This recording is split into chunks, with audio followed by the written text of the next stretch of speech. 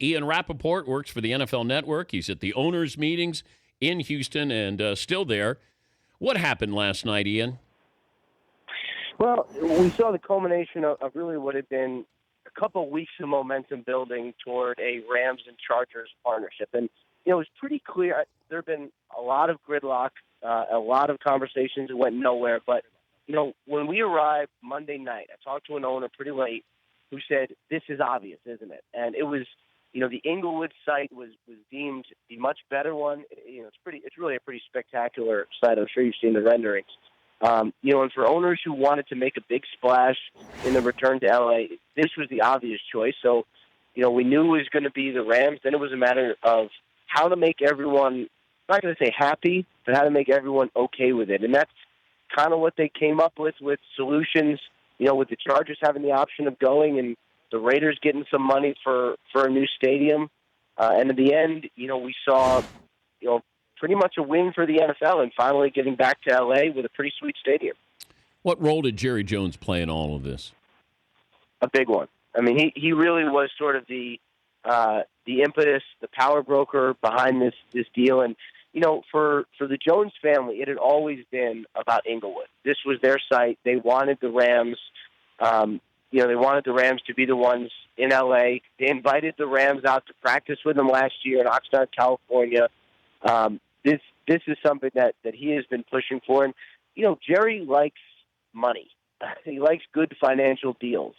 And this stadium is amazing, and it's a big splash, and financially it's going to benefit everyone. With besides just the stadium and the field, a draft theater to host the draft there when it gets built. I mean, there's a lot of and other events. There's a lot of different things that the Inglewood site can do that the Carson site could never do. What do the owners make, the other owners, in all of this? Well, they get a cut of the $550 million relocation fee.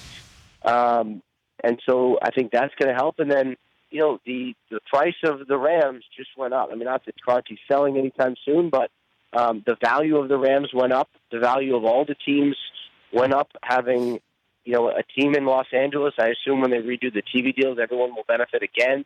It's really just the sort of the visibility and prestige of being in L.A. that everyone can kind of feed off. Where do the Rams play in the interim? They'll be in the Coliseum for it's going to be 16, 17, and 18. It seems like I think they originally wanted to have their stadium done by 2018, but it's just too fast, too big and too fast. So it sounds like they'll play there for 3 years, and USC is going to help, which is nice. So if there are going to be two teams there, they'll help accommodate it. But then there's a matter of where do they practice, where do they train, where's their temporary facilities. All these things have to be handled. When they bring in free agents in March, where do they go? Like where do they tour? If they're going to meet with Jeff Fisher, whose office are they sitting in? I mean, there's all these like weird logistical things that they now have to figure out. And moving a franchise is massive, and they're knee deep in it now. We're talking to Ian Rapoport of the NFL Network joining us, Dan Patrick Show. I know the Chargers don't have to make their commitment right now, but is March the deadline for season ticket holders? Do I have that calendar right? Well, they have a year to decide where they want to go long term, but they only have like about 2 months to decide where they want to play in 2016. So the big owners meetings are in late March. They have until the end of that to say yes or no, we're going to play in L.A. or San Diego for the 2016 season, so they can do season tickets and all of that. Okay. What do you think happens with the Chargers? My sense is they end up striking the best deal they possibly can for Los Angeles, in Los Angeles, with Stan Kroenke. I mean, Kroenke has left it open to them.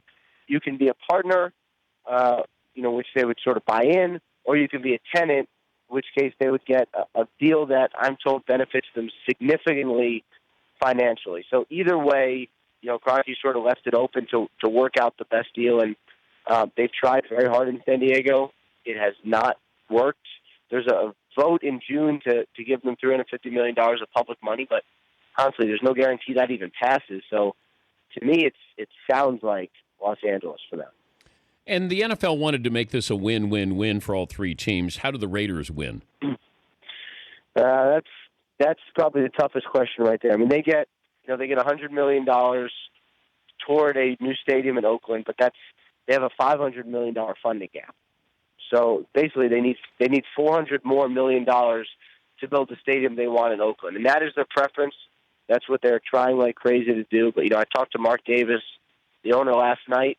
He was in good spirits, but obviously it was hard for him. This was not a win for the Raiders.